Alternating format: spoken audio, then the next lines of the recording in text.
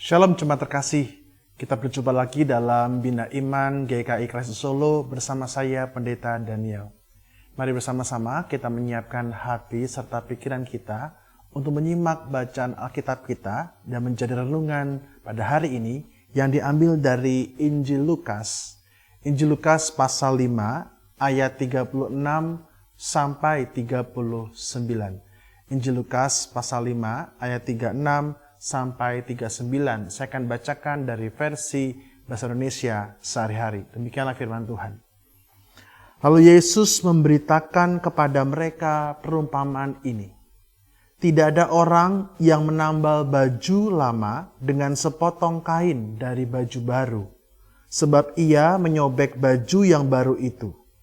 Lagi pula, kain penambal yang baru itu tidak cocok dengan baju yang tua. Begitu juga tidak ada orang yang menuang anggur baru ke dalam kantong kulit yang tua, karena anggur baru itu akan menyebabkan kantong itu pecah. Maka anggurnya terbuang dan kantongnya rusak. Anggur yang baru itu harus dituang ke dalam kantong yang baru juga. Begitu juga tidak ada orang yang mau minum anggur baru setelah minum anggur tua. Anggur tua itu lebih enak, katanya. Nah, jemaat terkasih, apa yang Anda rasakan ketika Anda melihat atau memperhatikan sebuah karya seni lukisan? Tetapi ketika Anda melihat karya lukisan itu, gambar itu atau lukisan itu baru dikerjakan setengah. Apakah Anda bisa menangkap keindahannya? Barangkali tidak. Kita mungkin akan bingung dan mengatakan, ini gambar apa ya? Kok belum selesai, sudah dipajang?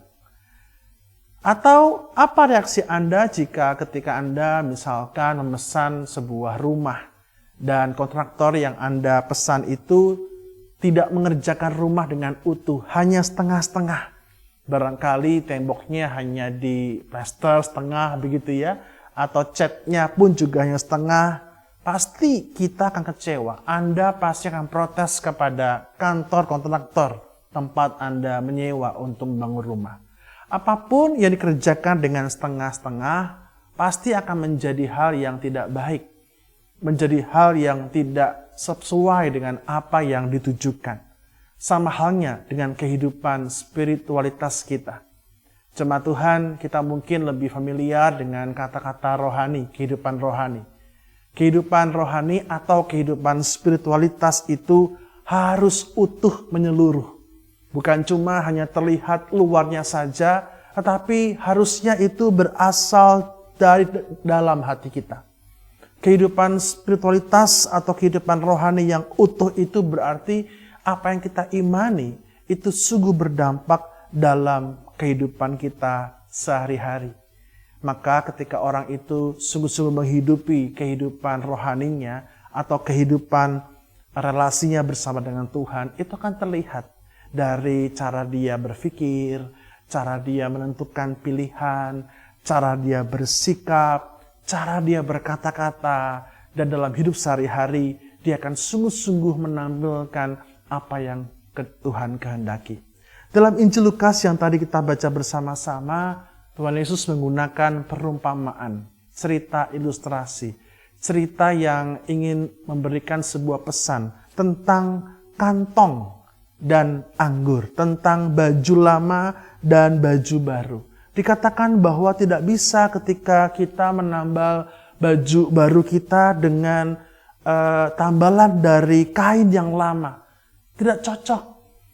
Tidak mungkin juga ketika anggur yang baru itu dituang ke dalam kulit yang tua. Tidak akan cocok.